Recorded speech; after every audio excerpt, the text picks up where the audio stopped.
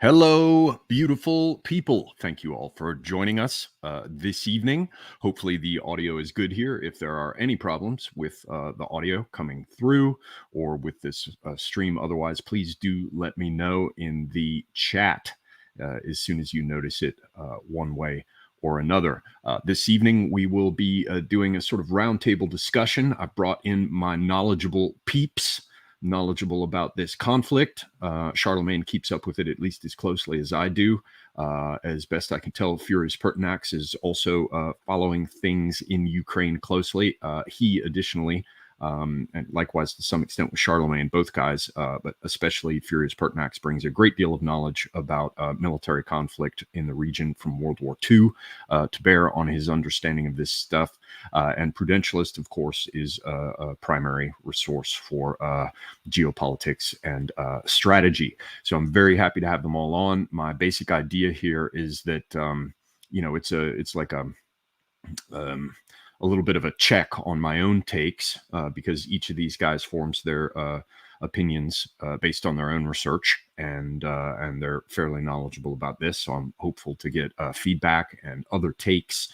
We're going to be following a loose structure here this evening, where each of us will sort of give our take on the situation at present.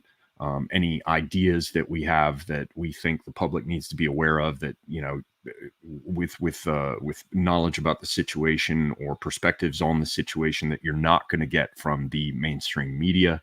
And then if our kind listeners have good questions as opposed to idiotic ones, then once we go through our basic review of the situation, what's been happening, we can take questions as well.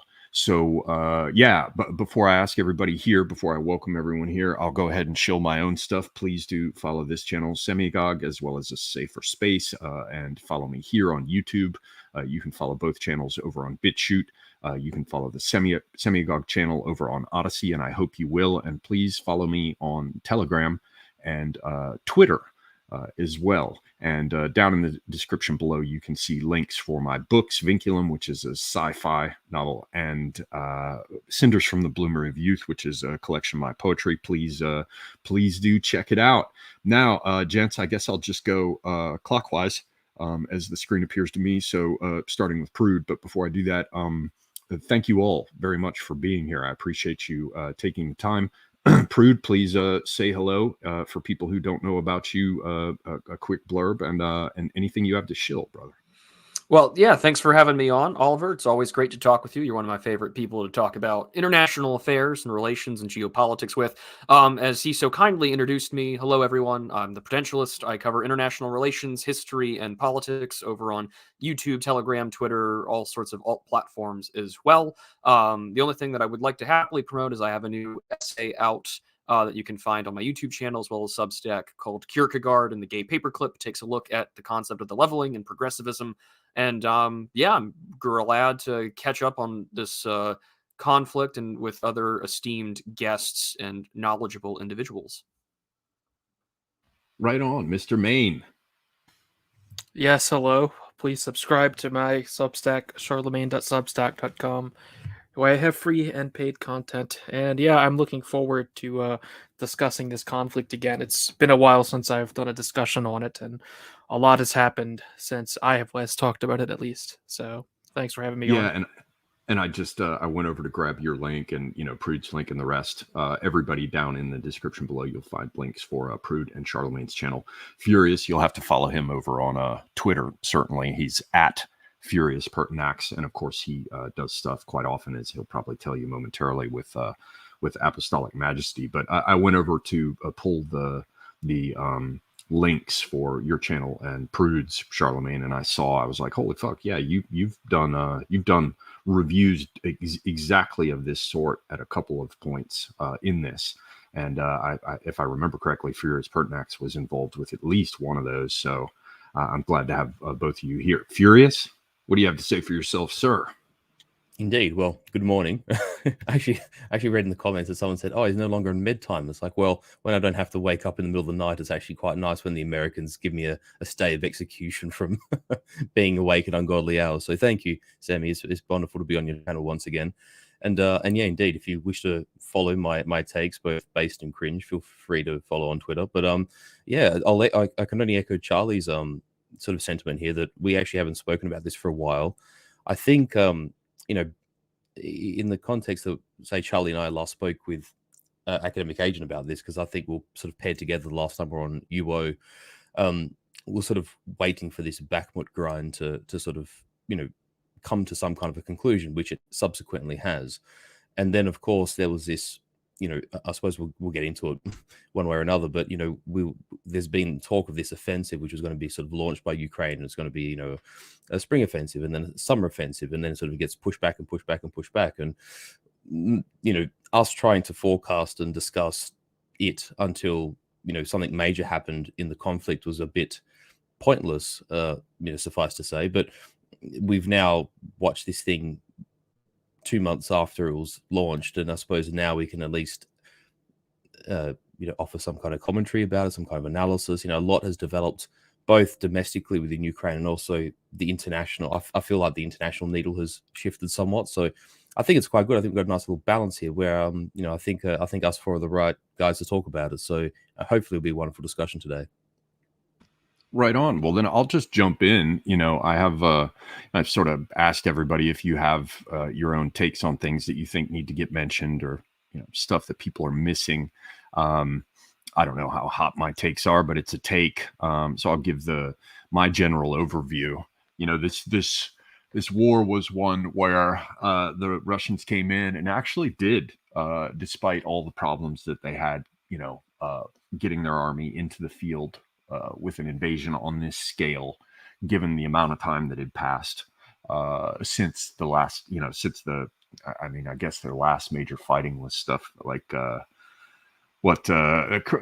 operations in the Crimea, support for separatists in the Donbass. But then, I'm probably forgetting something, but what the hell, Chechnya, basically, and dealing with unrest, counterterrorism in the Caucasus. And of course, the South Ossetia business in 2008, and their institutional knowledge, the military being a living organism that that you have to have people with real world experience of this stuff in order to perpetuate knowledge of how to deal with it within the organization. They rolled out, they had a lot of problems, but I guess what I'm trying to say is that they nevertheless succeeded in capturing a large amount of territory.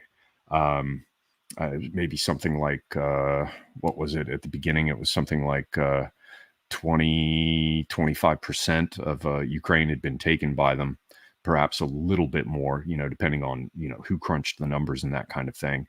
And then there was some pretty rapid capture of areas like Luhansk and the rest, and then we saw the Russian withdrawal from Kherson, orderly withdrawal, I'll add, and we're all familiar with the typical take from mass media and from Ukraine Bros, that was a glorious victory of the Ukrainians over the Russians in the Kherson region. To me, it just seems like an orderly withdrawal in order to get their men over onto the east side of the Dnieper so that they wouldn't have the logistical issues. I'm not saying that they wanted to leave. It was a great bridgehead to head towards Odessa. It probably sucked to have to give up that ground, but that was an orderly withdrawal. Then we saw the stuff in the north around Kharkov, which was much more like a rout.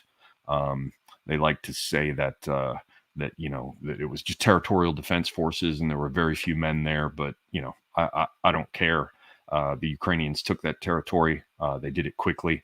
And the loss of places like Liman, that actually matters for the overall Russian picture, and that's ground that they're going to have to take back. So the Ukrainian offensive in the Kharkov area was very successful for them. I think afterwards, after that amounted those two offensives netted for Ukraine something like a return of about half of the territory that Russia had initially taken. But I guess my take relates to how everyone likes to talk about this as a stalemate now.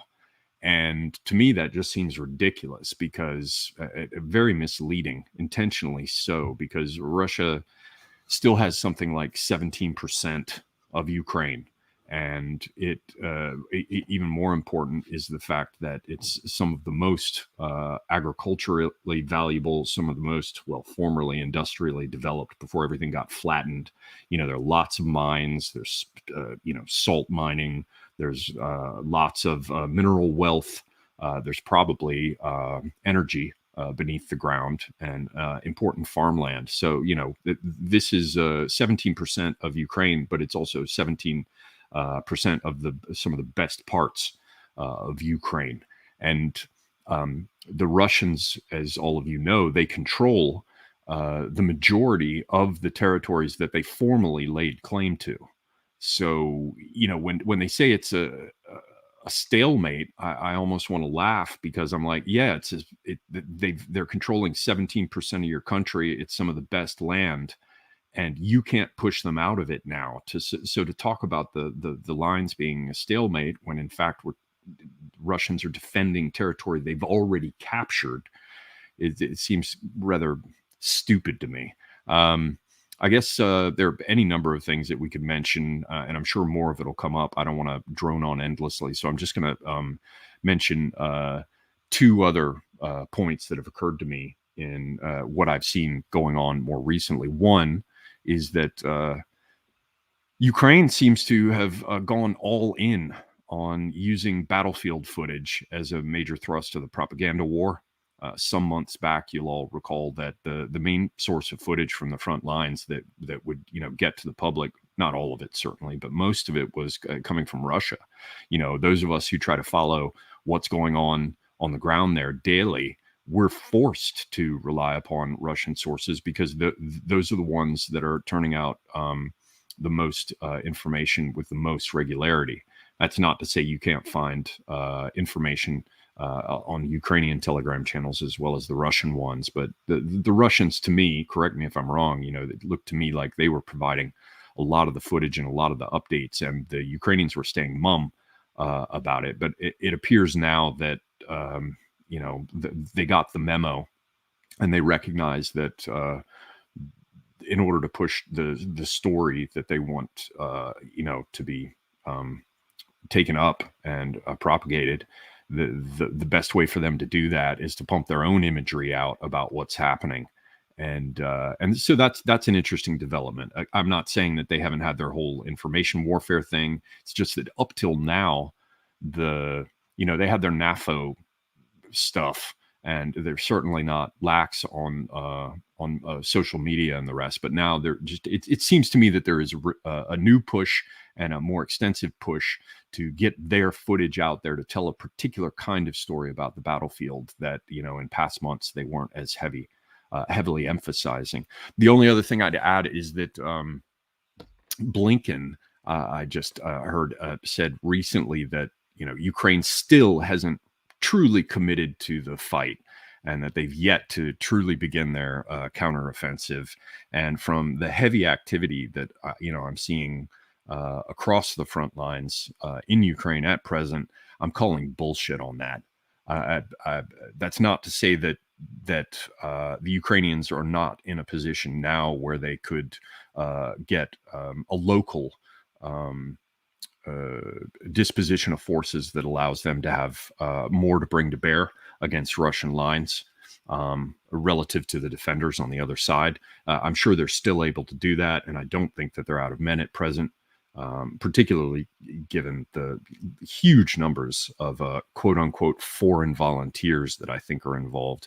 So I don't think that they're out of men, but I think they've been hammering at these lines recently with everything they've got.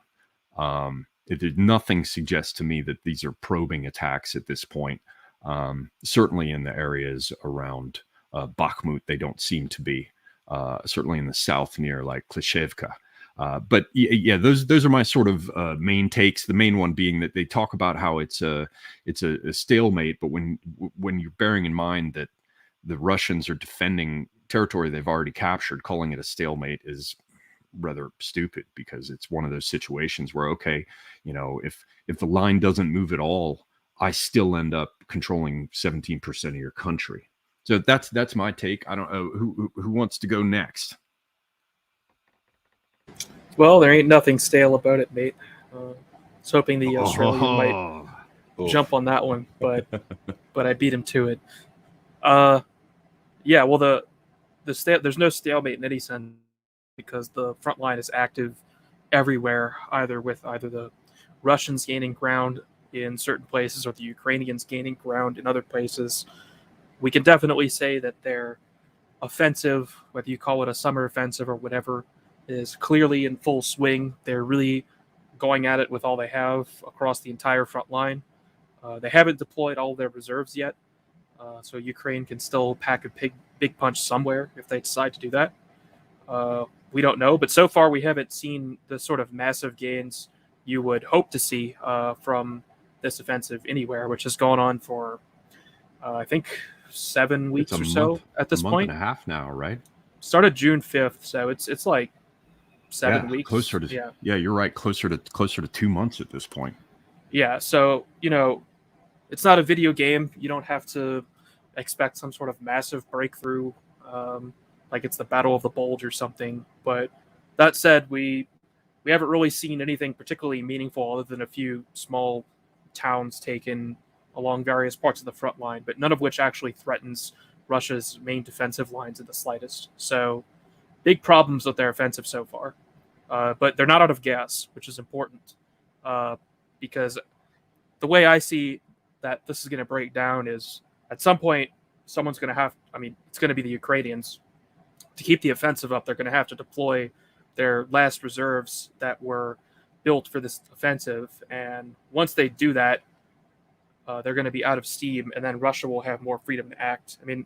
This is a lot of what decides warfare, or wars rather. Like, if you look at Napoleonic battles, pick any one, especially ones where Napoleon is against a very competent foe. And I just bring this up because it's a great example of maneuver warfare.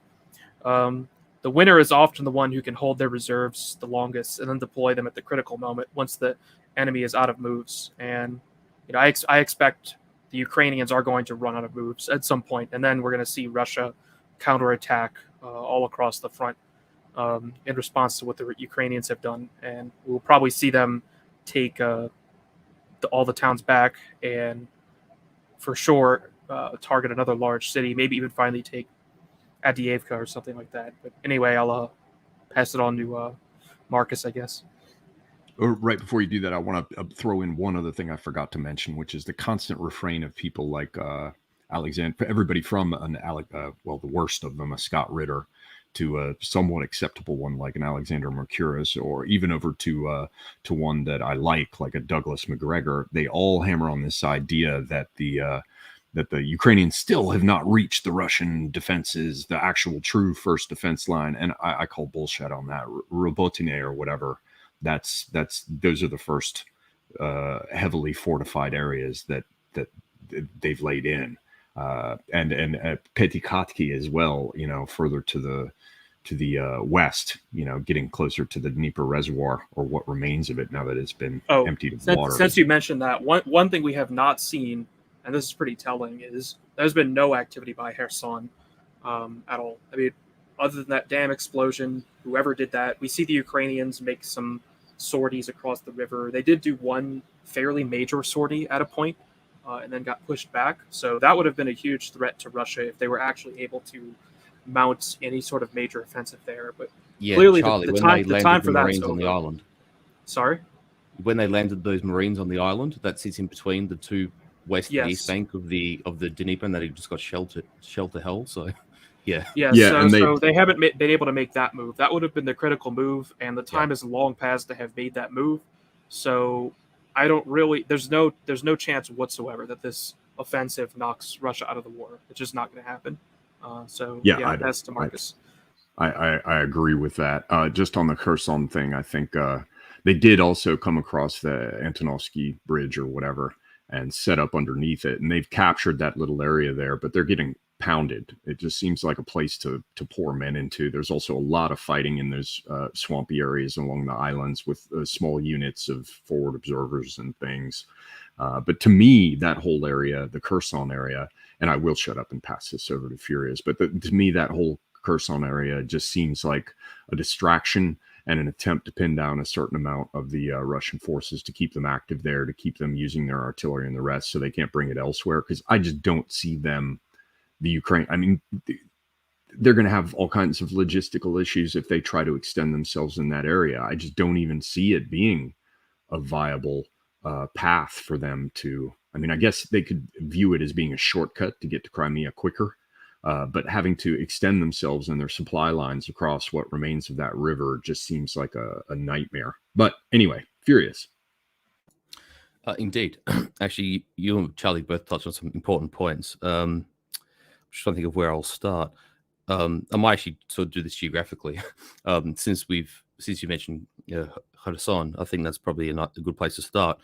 And that is, if it was risky for the Russians to have their men on the western side of the river, which we don't really exactly know what the numbers were, estimates probably could be pegged anywhere from say 15 to 20 or 22,000 men that are on the far side, which the Russians chose to withdraw on the basis that, and this is something that Charlie and I did cover extensively when we were last chatting about this on UO, that they could have been kept there relatively safely, but if there was a risk of the Antonovsky Bridge actually being collapsed and the Russians were unable to erect pontoons, or if the Ukrainians had succeeded in sort of, some kind of artillery saturation, across rather on the bridges that would cross that part of the Dnieper, it would be hazardous for the Russians, and for them to lose that amount of men sort of in the context of a military catastrophe would be a catastrophe and would probably have eroded Russian will to fight on in this war. So it made sense for them to pull forces across. The other thing to consider is that when one force is attempting to create a bridgehead onto the opposite side of a river of any kind of in an offensive posture, right, which the Ukrainians would have to do, it's hard enough to do with or rather it's difficult enough to do with like a firepower, material, and manpower advantage. And for instance, Operation Market Garden is a bit of an insight into this. Where by late 1944, the Wehrmacht was obviously weak, and 30 Corps had the task of capturing Eindhoven, Nijmegen, and then Arnhem, which would then bring them across the Rhine. And the Germans, for all of their sort of weakened forces, particularly in the aftermath of Operation Overlord and the Falaise Pocket and the disaster that sort of befell Army Group West in France, the British airborne quite literally went a bridge too far and suffered horrendous casualties being isolated, and that was with advantages in every conceivable measure: material, manpower, firepower, artillery, air force, etc. And still they were able to slightly bungle it to put it in a simple way. So the idea that the Ukrainians were going to cross the river and create a bridgehead, I found fanciful at the best of times, because the Russians quite simply could and this is actually a point that I think it might be a couple of months ago, Makuris made the point that because of the lay of the land, and Charlie wrote a good post some time ago, it was in reference to Bakhmut, but the idea of sort of terrain and the combat advantages of terrain being quite important. The west bank of the Dnieper, this place where Kherson City is, and then the eastern bank. The eastern bank is quite a bit lower than the west bank, and so straight artillery advantage. Well, there is an artillery advantage there, but also more importantly, it's a reconnaissance, essentially a visual advantage. And so for the Russians to protect their own lines, they actually had to build their defenses a little bit further back, which sort of left the bank itself vulnerable to a landing. But the point is that the Ukrainians just have never been in a material position to make it work. That's the point, I suppose, I'm trying to make. So yeah, I think Charlie spoke perfect sense there. And I'm inclined to agree. Maybe I'll probably sit somewhere in the middle, that the Ukrainians haven't hit certainly the bulk of the defenses in Zaporozhye on the if we travel a bit further east from here, I don't think they've certainly hit the meat of the defenses, so to speak. But I think definitely they've probably hit the initial defense lines where the Russians have started constructing their defenses. But we can definitely tell the Russians have built more concentrated defenses as it's deeper into the territory the Russians hold. And that being said, there are a number of places here which are important for them to achieve these meta objectives. Because I mean, when this offensive was being sort of talked about prior to being initiated, it was a case of they need to capture Tokmak. They also need to, eventually they want to get to Melitopol and then to Mariupol and reach the Azov. And essentially to get there, the Ukrainians would have had to have captured Vasiliivka, which is right on the sort of the bend of the Dnieper south of Zaporozhye. You mentioned, what was that airfield? You mentioned Piaty Hutki, I think, was the airfield. Which Ukraine, I believe. Piaty Hutki is a small village that's over there on the left side. I don't believe there's an airfield there, but it's right there to the right, to the east of the reservoir. Exactly. It's right to the east of that area where they always do the prisoner swaps. Yeah, exactly. Yeah, it's just just past Kamyansky. So yeah, and the Ukrainians did actually take that actually quite early in the piece. But there's and as we know, they have pushed south from Orokhov as well, and they have taken ground there. And they've also pushed I'm trying to think, but there's a successive villages just south of Velika Novoyiska, and so they've captured about, I think, 3 or 4 towns traveling south from there. But again, they haven't reached the major highway and rail intersections which would enable a further push southwards. And so the thing is that if we take the numbers at relatively face value, where we can sort of estimate that 30% of Ukrainian strength has been expended already, and these casualties right there. Sorry, go again. He was just on Velka. Yeah, Novosely. I can't say it. Yeah, some of these words are a little bit of a mouthful, aren't they? And so, they've expended, 30% of their strength thereabouts, which equates to almost about, somewhere between 25 and 30,000 men. Goodness knows what the material losses are, or in terms of, tanks, APCs, infantry fighting vehicles, etc. And something that's worth touching on as well, because I think we did brush on this on UO as well, Charlie, that it's one thing to say, yes, there are losses. Yes, there's an ability to sort of bring more men to the field. Yes, the West can send aid. But then there's the other problem of actually being able to have those men led by experienced officers, because usually it's veterans and capable officers who tend to be some of the within an army, within the context of a fighting unit, that take that comprise of the majority of casualties. And then also when they're being replenished, you're having these men brought from almost civilian life who may or may not even be reservists, who are filling the ranks of men who otherwise have combat experience, who are otherwise either highly trained or are veterans. And the men that come in are just not as capable as the men that they replace. And then if you translate this to vehicles, right? Attaining familiarity with vehicles is not easy. It takes time to become accustomed to vehicles, and this is hard enough. For example, with the Ukrainians, using their T-72s, for instance, or their Soviet era tanks. These men are totally unfamiliar with Leopard 1s and Leopard 2s and Challenger 2s and the aid that has been sent from the West, and they've been given basically a crash course to use these tanks and then sort of sent into the fray. And so, in the context of them having suffered losses in this offensive, what's actually going to replenish them from now on? That's actually the consideration that no one's really discussing.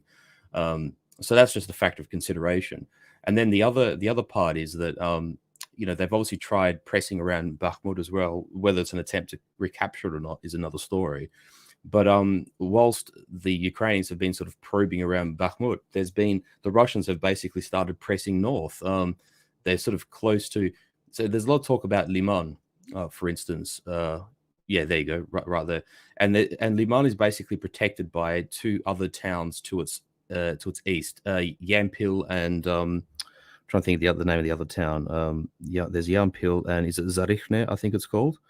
And the Russians are pushing quite close to those 2 places, and so they're sort of almost at the point where they're sort of reestablishing their hold over the Oskol River, and it seems as if just Ukraine's becoming pressed whilst this offensive is still being attempted. I don't know how this particularly looks good for Ukraine, personally speaking. So I might just leave it there for now, because I'm sure we can come back to topics, but I'll pass it over to Prude for the moment.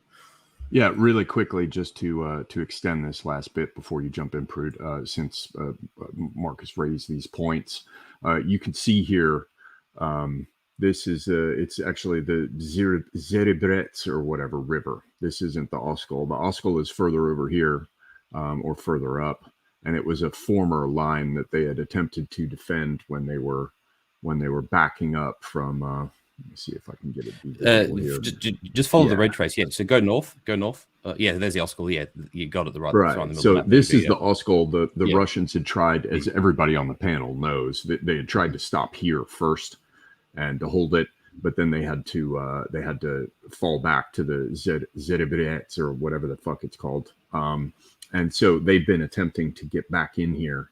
And there has been a salient here for quite some time, but apparently in the last couple weeks, in the last week perhaps, they pushed over here to Torska or whatever, and they're said to be on the outskirts of this town. Now, of course, this is a very pro Ukraine map source. I chose it because it's not bad. It has elevations also, which is very helpful. But it's arguably the Russians actually are a bit closer to the river here and control more territory.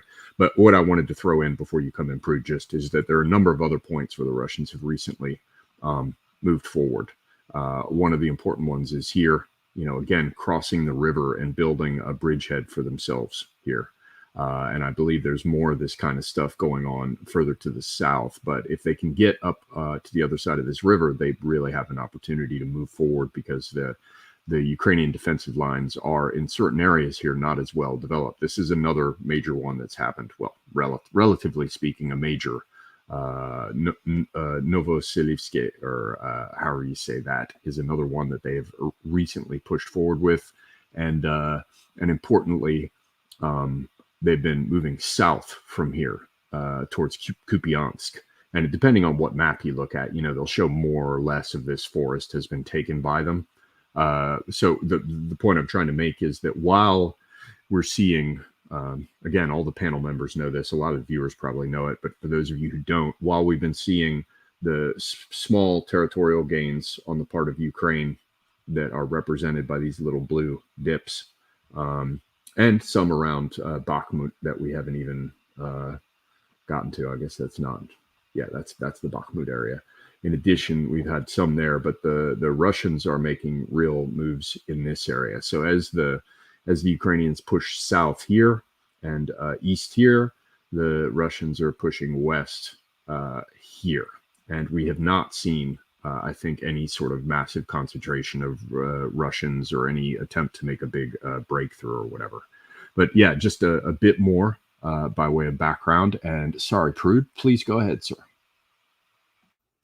Well, yeah. So yeah, nothing stale about that, mate. That's a pretty good joke, but I think that fits it pretty perfectly well, because I remember before the war had started, I had done in January some talks about what this might look like if there is an invasion or if there isn't, and if there was to be an invasion, I had said that, this is going to be long, drawn out, bloody, with a lot of money being spent, and something akin to Syria in terms of material destruction. And I think that that's aged particularly well. I'm going to probably offer a more macro perspective of what's been going on lately in the news, sort of to give a review and update on the times, is that there's been a withdrawal from the Black Sea grain agreement that came out from last year. And this has been now a decision to treat any foreign sort of naval vessel, civilian or otherwise, as a hostile force inside of the Black Sea.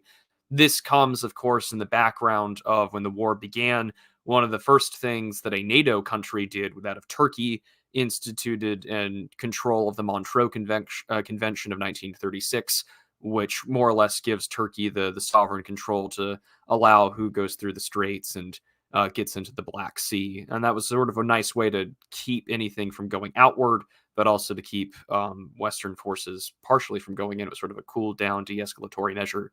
Now we're sort of seeing a resuming of sort of the great concern about grain and bed baskets to Europe, and more importantly, China in the Middle East and sub-Saharan Africa. There has been a significant amount of missile strikes from the Russians into the Odessa territory, particularly along numerous port cities. And so there's been 100 tons of peas, 20 tons of barley that have been destroyed. This is according to the New York Times reporting, so you can take that for what you will. But Ukrainian food exports are probably going to see a significant downturn as well. And this is a big concern that has been talked about since the war began, was how this was going to affect international grain shipments, especially because Russia and Ukraine constitute two of the largest grain exporting countries that participate in the United Nations World Food Program, which keeps most of sub-Saharan Africa and the Middle East fed. So we're going to see a significant concern there as well. The other thing, too, is that China is one of the largest importers of food in the world, grain especially, which they rely on in their relationship between Russia and Ukraine. And this recent closing has been seen as an opportunity for Western powers to try and pressure President Xi Jinping for a more diplomatic closure to the war. This is on top of the fact that after the Vilnius summit with NATO, and of course you had that awful fellas thing that came out of the Estonian Prime Minister's Twitter account saying that they're going to be meeting at the behest of President Volodymyr Zelensky about this recent attack on grain and shipments as well. So I'd expect that we're going to get a nearby summit in the meantime.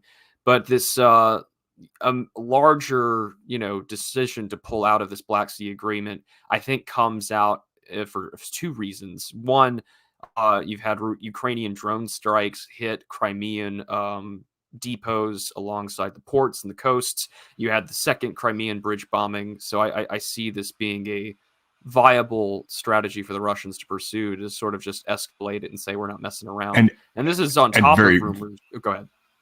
Very quickly, also, in addition to the drone strikes and the bridge strikes, in terms of immediate recent escalation, to hammer home your point more thoroughly, there have been what were probably two Storm Shadow cruise missile strikes on Crimea in the last couple of days that have done major damage to weapons depots there too. But sorry, go ahead, Prud. Yeah, no, that was the next thing I was actually about to just get into, was those strikes. This has been, of course, an evacuation. This has been in response as well to the Russians pulling out of the Black Sea grain deal. I would imagine that we're going to see more of that in the coming future. They were still evacuating civilians from reports that came out of Times of India that I was reading earlier, because these reports just came in from this morning. So I'm not surprised. And I think one of the bigger things that we'll need to look at is that there's been renewed concerns from the North Atlantic Treaty Organization, as well as talks from the Biden administration, Secretary of State Antony Blinken, that the Suwalki Gap is now, that sort of discourse is back in concern. There was a Sky News Australia reporting saying that they're concerned that because of PMC Wagner being in Belarus, that is an opportunity for them to strike. And you've had members of the Russian Duma say that is a possibility to conquer that small stretch of territory between Belarus and Kaliningrad Oblast, in between Lithuania and Poland, in order to do so. And it's one of the most dangerous places in the world, in part because you do have such a strong Russian military presence there, slapjack between two NATO countries. So I think that where we're at now in this war, which we're now, over 510 days into this conflict, that we're not seeing, I don't think we've seen the worst of it yet.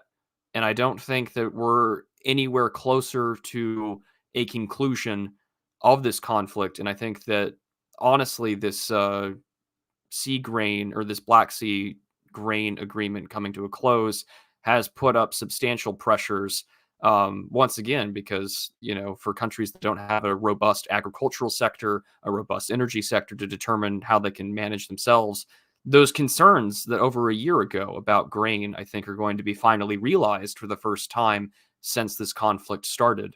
And that's going to put significant pressure on how China, Russia, Ukraine, and the United States balance their relationship inside the Middle East, especially with Turkey, Syria, and Iran.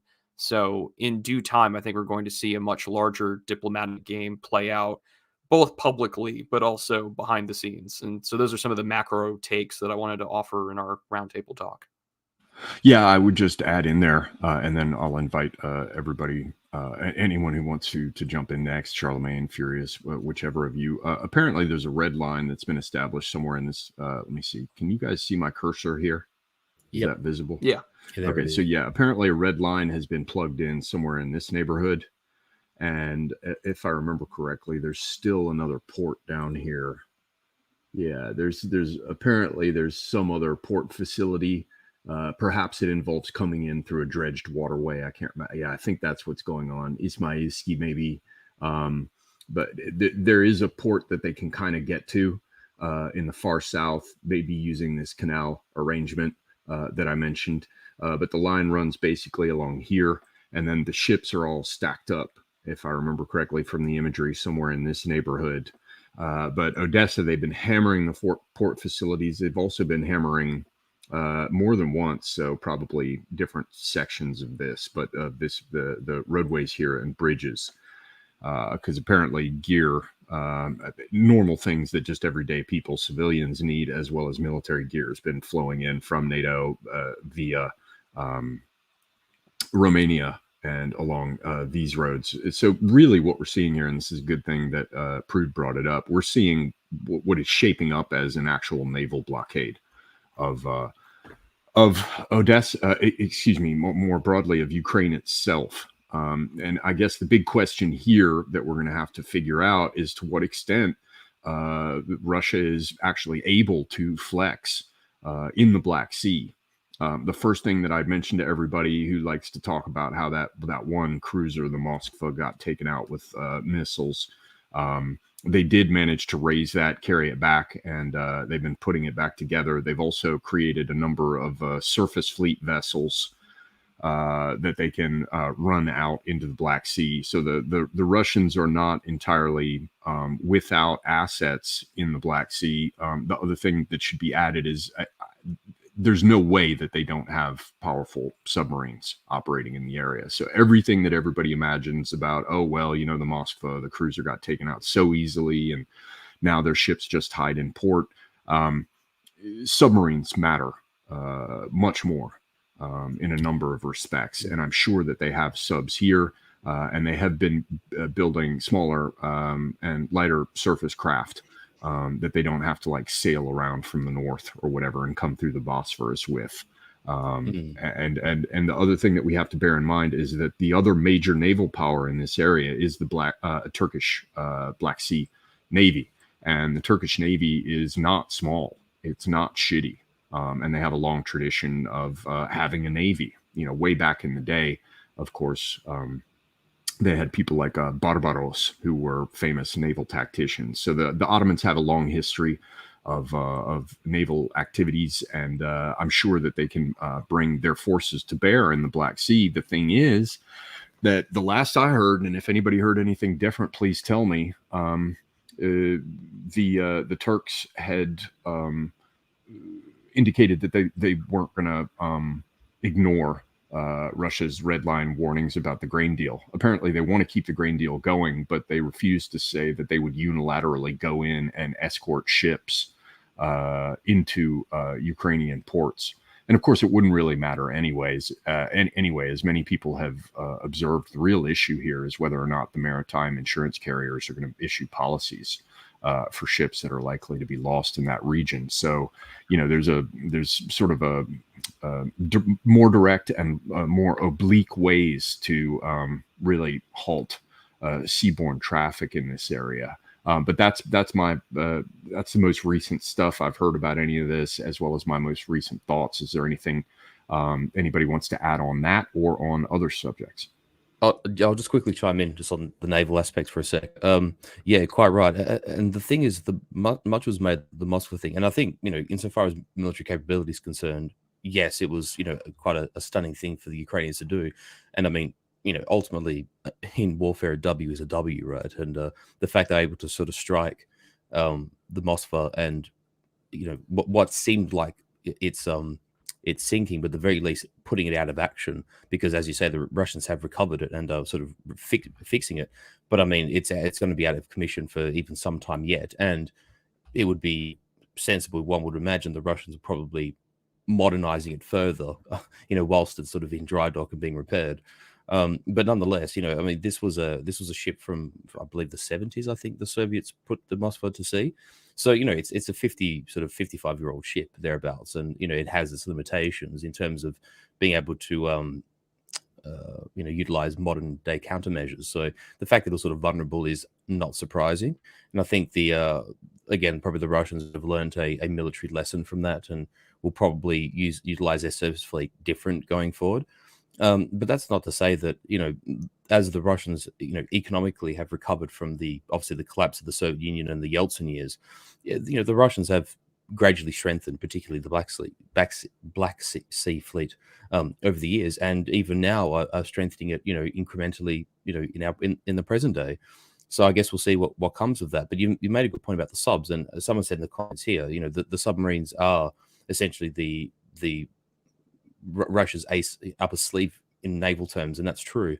And another thing too is Prue touched on. Well, you both talked about the grain deal, but this last strike that occurred, I think it was Sevastopol, and I can't remember what the other port city was that was hit with these drones.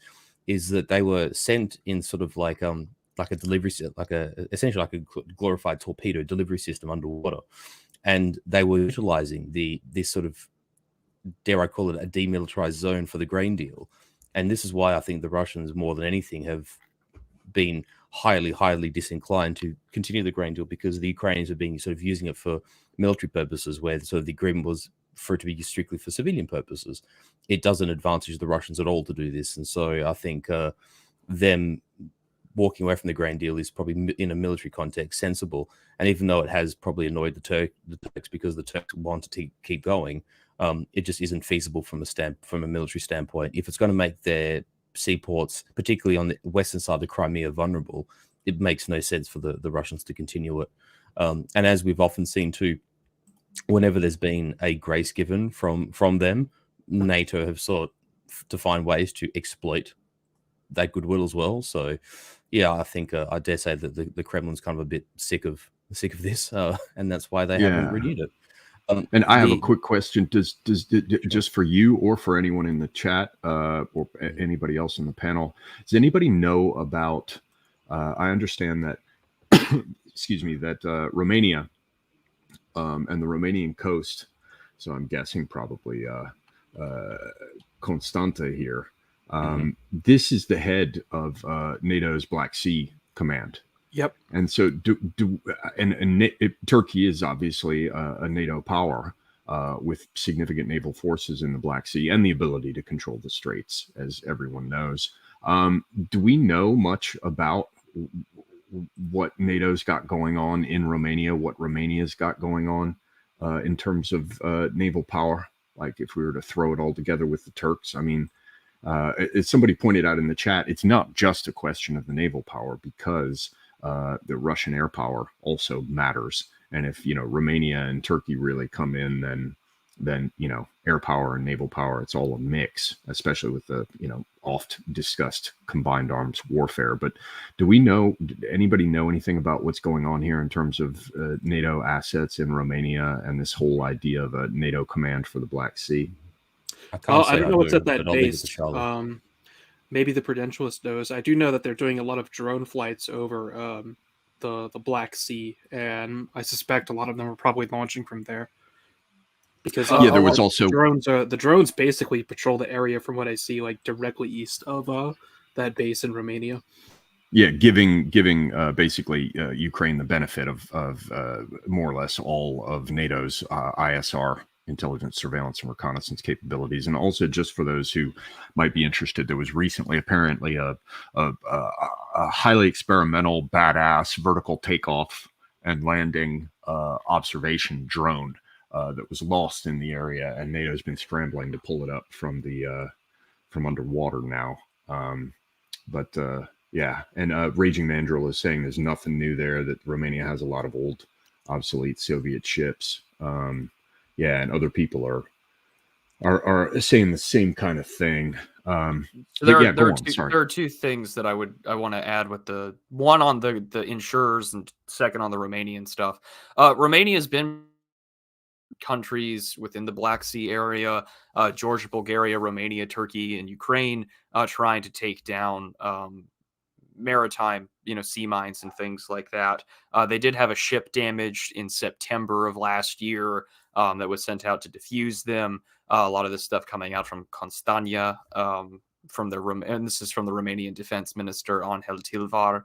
On top of this, he's also been pushing, as of this year, to have the Romanian Parliament approve procurement of naval equipment and weapons, including MCM ships and submarines. And the things that they're going to be buying are diesel powered submarines from the French, the Scorpion class, and then the Sandown Mine Hunter from the Royal Navy. So some older stuff that's been in service since the late 80s, still to today. So, I mean, that's what I know of what's going on the Romanian front. That was from May of this year. And then as for maritime insurers, this is something I was talking with Sandbatch about, because this is something that I don't know enough about. And I was asking him what he knows, and then he sent me some links. And so this comes from the Associated Press. This is just from earlier today, in the afternoon. And it says, according to, let me see if I can find the quote that he wanted me to look for, because this was about maritime insurance. The International Chamber of Shipping, which represents 80% of the world's commercial fleet, says that shipping has always been very resilient in these sort of risks. However, when it comes to underwriting insurance, things are most likely going to change to a point where a lot of insurance writers won't even want to write a policy, because right now they don't know if this is going to be a threat to merchant shipping. The International Union of Marine Insurance, which represents a national marine insurer, says it's unlikely that any underwriter will want to cover that risk. So I think that there's concerns that since there's no safety conditions to be guaranteed, because this is a war zone, that most people probably won't be getting any sort of underwritten insurance. And this is on top of the fact that the Ukrainian foreign minister, Dmitry Kuleba, said on Thursday that Ukraine has made enough progress to improving these routes, but the best way to export grain is through the Black Sea. This is how 75% of the country's grain got to the world before the war. So we're going to see. And I think that, again, that goes back to the macro discussion with grain about how that's going to affect China and other countries.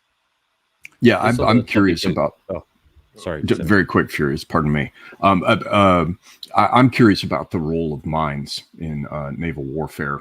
That's something maybe Mandrill can opine on in the chat, because we've seen that in the area of Russian defenses, particularly here with the heavy stuff that they've been laying in for months, that minefields are absolutely central to all of these obstacles. And so I wonder, Russia's got to have, their whole thing is anti-access area denial strategies. Certainly when it comes to naval stuff, because they don't have the Navy of the world's great sea powers, like the U.S. obviously, and once upon a time Britain, still to some extent Britain, France, and the rest. So I would assume that anti-access and area denial strategies are things that the Russian wargamers had thought through very, very carefully. And so I wonder, what can they do just with mines? Sure, Minesweepers can come through and remove them, but when you're talking about vast areas of the sea, what happens to Minesweepers trying to take mines out when they can be themselves targeted by land-based missiles from Russia? Now, these are degrees of escalation I don't know that we're actually going to see, but that's another question mark for me about all of this. Sorry, Furious. No, that's fine. Just because you yourself and Proof talked about grain, I just wanted to sort of chime in on the fact that because Prud was sort of talking about exports and the importance of sort of grain in international markets, and that is that if I have my numbers correct, because I remember I've spoken about this in the context of like agriculture before on a couple of streams, and that Ukraine and Russia combined, I believe, as an average, since about sort of the 2010s and onwards, have sort of constituted, give or take, because obviously from season to season, productivity does vary. But between the two of them, they constitute about 30% of global exports between themselves. And then the balance of that is, made up of the United States, Canada, Australia, France, etc., would constitute the other, the balance of that on international markets. So 30%, roughly a third of global production as exports, is nothing to it's not to be shied at, because it's a very significant fraction of the global economy in terms of grain trade. Yeah, it's basically like what Egypt was for the Romans. I mean, it's the breadbasket of the world. Absolutely, I mean, which is ironic deep, because one of the biggest consumers soil of that grain is also Egypt today. Yes. Yeah. Whoops. Yeah. Yeah. Exactly. Okay. Well, so that's something. This whole naval aspect, I guess, to summarize. If anybody wants to throw in anything more, do so in just a moment, and then we'll move on. But to summarize here, I think what we're looking at is the possibility of an actual partial, perhaps even complete naval blockade coming into force here, which is, as Marcus is here saying, in terms of grain supplies and the rest, is something very real. Turkey also earns money from passage through the straits, and if the shipping traffic there drops, it's not going to be a huge hit for Turkey. But as of I just found an article, August 29th, 2022, saying Turkey's annual income from passage through the straits will increase from 40 million to 200 million because they charge a fee. They have tolls for passage through the Bosphorus. As I recall, when I lived there, they ships passing through, because the currents are challenging, they have to bring on Turkish pilots that are familiar with those waters and their currents. Anyway, so Turkey's not going to like that. It's not a huge hit against them, but it does, that affects them, because that's another source of income. And of course, it's a source of prestige for Erdogan to be able to get himself involved in things like grain deals. It's also an aspect of the leverage that he can bring to bear on the situation in Syria that he is trying to resolve. But going there is probably going to be a bit too far afield for us. I was thinking then next we could just very quickly touch on Transnistria. I thought we could also talk about the deployment of Wagner troops up here in this juncture.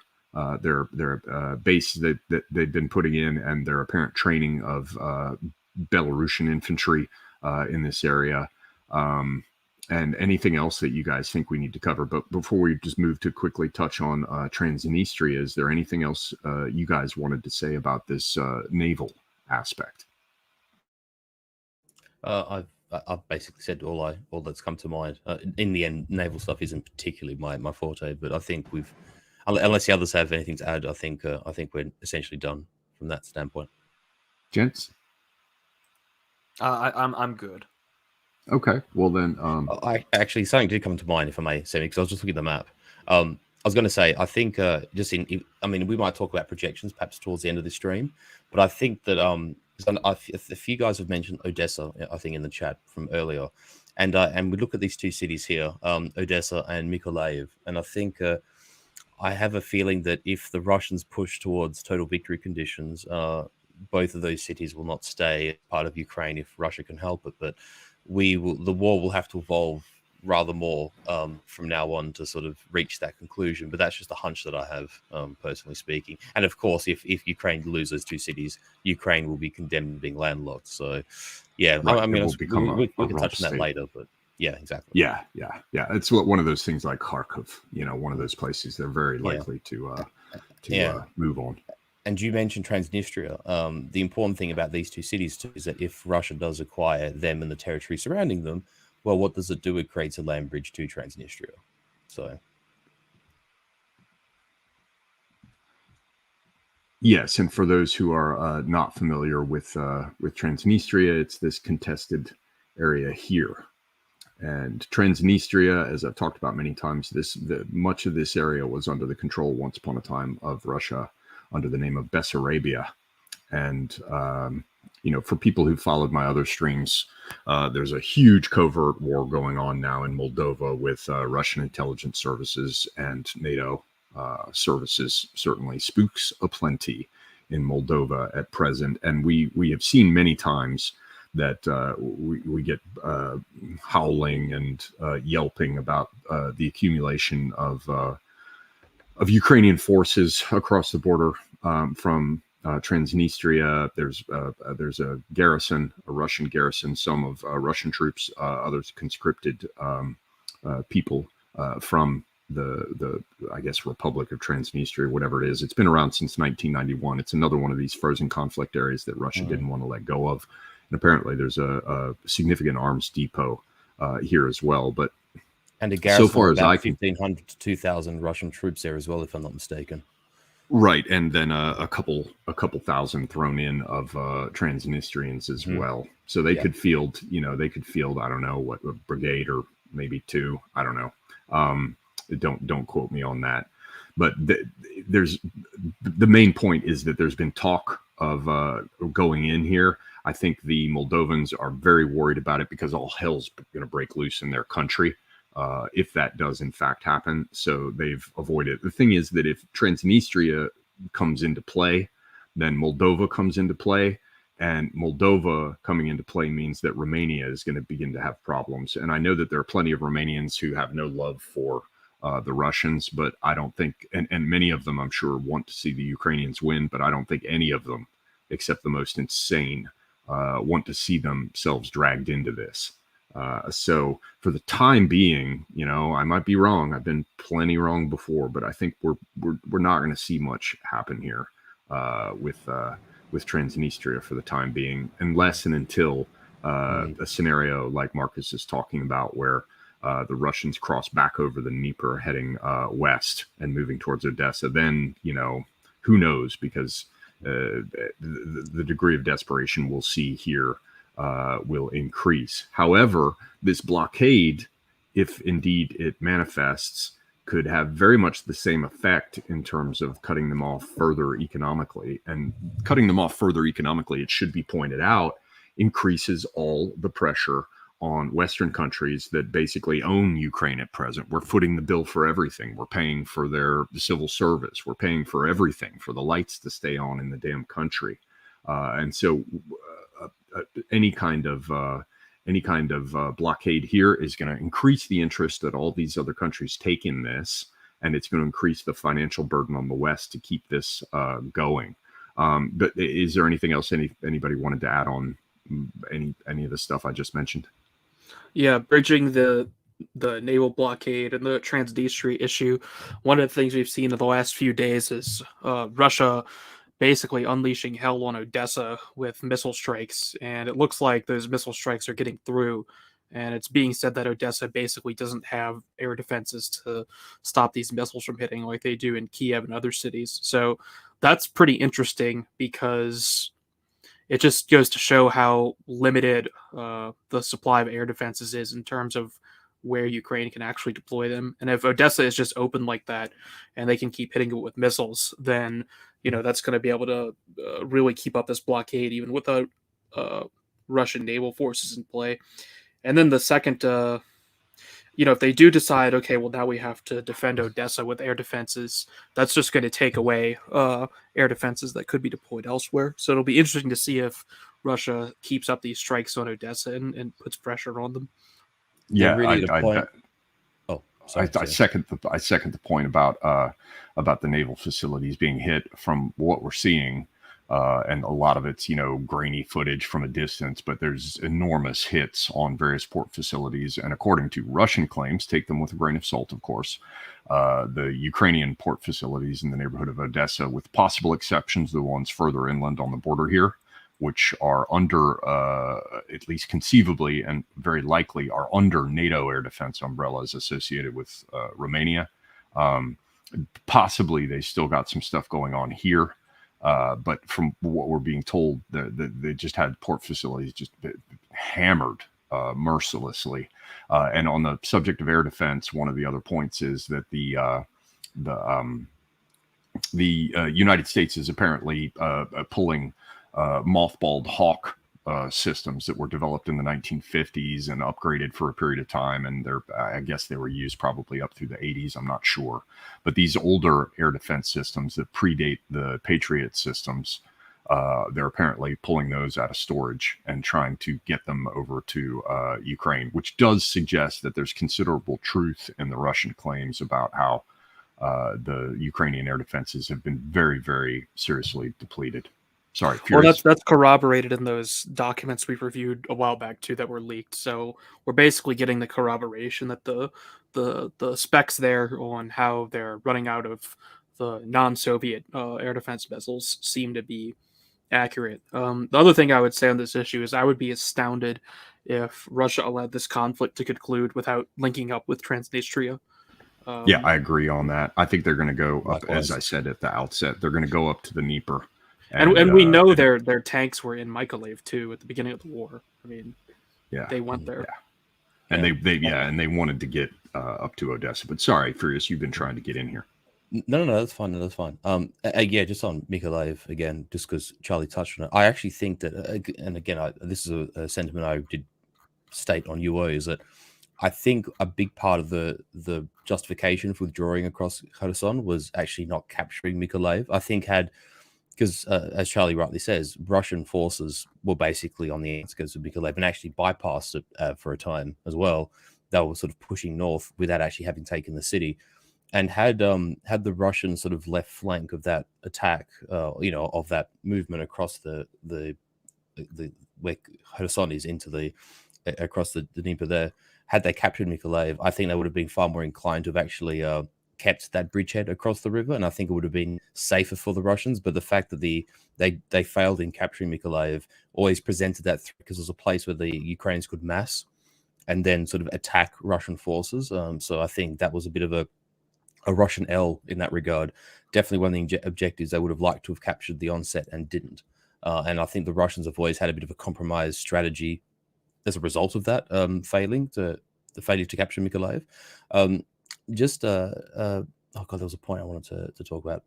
Actually, there was just on Odessa as well. Is that I think, just broadly speaking, I don't think we're going to see much discussion, or not discussion, but I don't think we're going to see much to do with Transnistria. I mean, people talk about it, obviously, but there won't be much action, I think, on it until such a time happens where the Russians actually are approaching a bridgehead towards it. If they actually undertake an operation to link up with it, I just think in the meantime, this southern front is a bit in stasis, and I don't think much will develop. I think in the instance of, say, I'm not saying this is a prediction. I'm just saying that I'm just surmising here.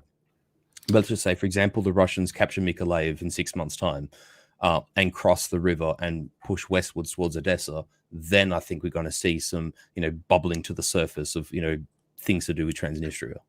Right, yeah. Because they can open up a front coming from the other direction. Yeah, exactly. I mean, we have to remember that Transnistria is like 500 miles long or something like that, and there's barely any Russian troops there at all. So it's not like that whole territory is active in that sense. But the thing is, once the Russians actually connect to it, assuming the infrastructure is in place there, they will just be able to ferry their troops hundreds of miles north and outflank the Ukrainians if they want to. So then the Ukrainians are going to be in the position where they then have to attack Moldova in order to stop that from happening, or just sort of allow the Russians to just walk in there.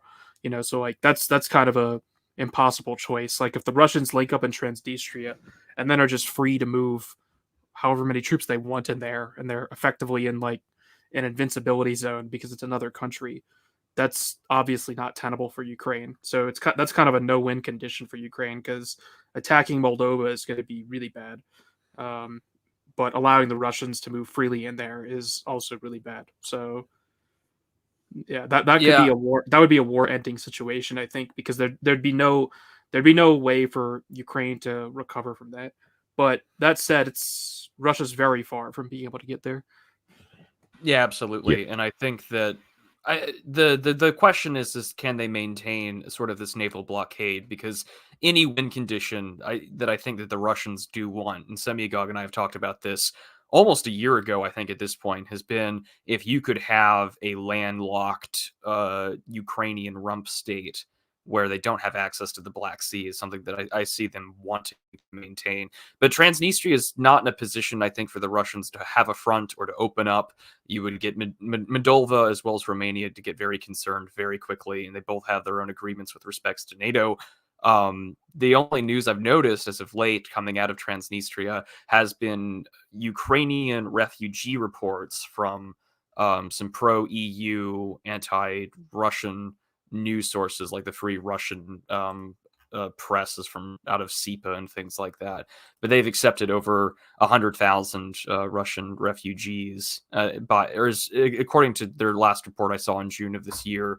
And then apparently one of the leaders of the Communist Party in Transnistria was brutally murdered a few days ago. But other than that, there's not any real news that it would indicate that we're going to see anything open up here. Most of the fighting is still very much to the north.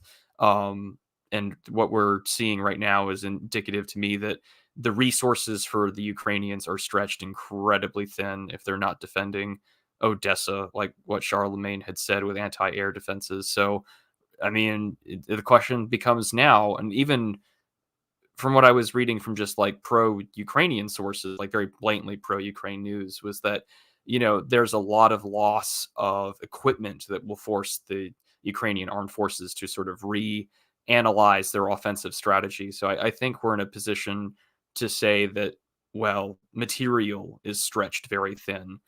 You're going to have to prioritize where most of the heavy fighting is. And I don't think either side right now has called up the forces or has put up the equipment to open up a new front, at least along the coast here by Odessa. Well, but so we can set the Odessa thing aside for the moment. I just would second everything you're saying about Transnistria at the moment. I think that the Russians are perfectly happy for nothing to happen there at the moment either.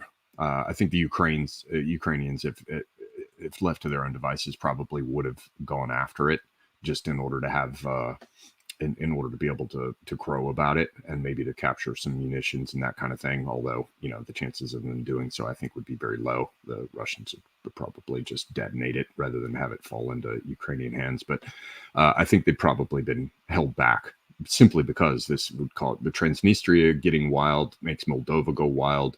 Moldova historically at times a part of Romania. If that gets destabilized, then it's like a contagion that spreads down into Romania, and they probably just don't want that.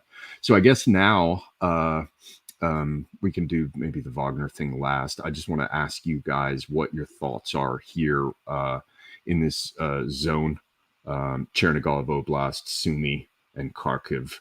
We saw the Ukrainians making assaults over into Russian territory here with their supposedly free Russian army or whatever. There's some reason for that to happen because the Russian-speaking parts of this border between Russia and Ukraine kind of moves down through the middle of peoples that, as I understand it, are sort of the same group, very far western Russians here, many of whom may even speak something closer to Ukrainian dialect for all I know, but certainly historically they have connections.